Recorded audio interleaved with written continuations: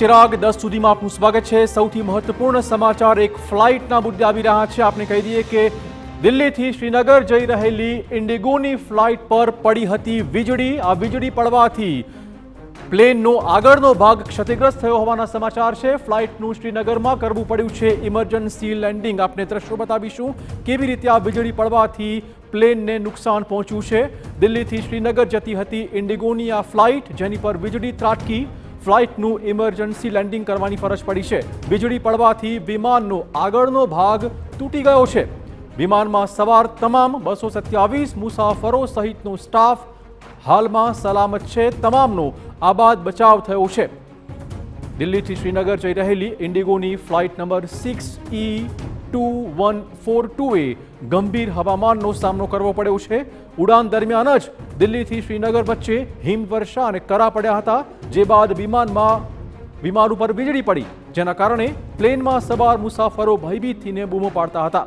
દરમિયાનમાં પાયલટે ATC શ્રીનગરને emergency માહિતી આપી, જે બાદ ફ્લાઇટને શ્રીનગર એરપોર્ટ પર સુરક્ષિત લેન્ડ કરાવાઈ છે। આ ફ્લાઇટમાં 227 મુસાફરો સવાર હતા। ખરાબ હવામાન છતાં પાયલટ અને ક્રૂ મેમ્બર્સની સમયસૂચકતાના કારણે વિમાન સુરક્ષિત રીતે શ્રીનગર એરપોર્ટ પર લેન્ડ થઈ ગયું છે। હાલ તમામ મુસાફરો અને એર કર્મચારીઓ પણ સંપૂર્ણપણે સુરક્ષિત છે। જોકે વિમાનના આગળના ભાગને ખાસું મોટું નુકસાન પહોંચ્યું છે। દ્રશ્યો જોઈ શકો છો, એક બાજુ જે ગભરાયેલા મુસાફરો હતા અને બીજી બાજુ પ્લેનના આગળના ભાગમાં જે નુકસાન પહોંચ્યું છે। રાહતના સમાચાર એ છે કે તમામ લોકો હાલમાં સુરક્ષિત છે।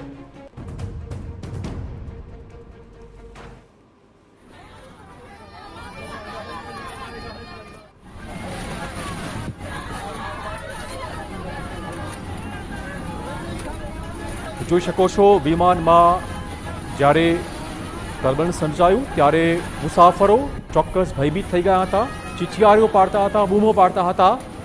આ જ વિમાન પર વીજળી પડી અને આ વિમાનની આગળનો જે ભાગ છે તે ખાસો ક્ષતિગ્રસ્ત થયો છે।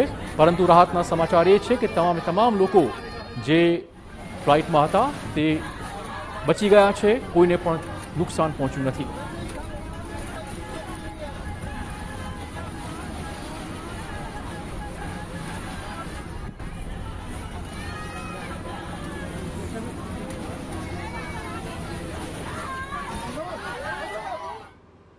અને હવે સમાચાર મોરબી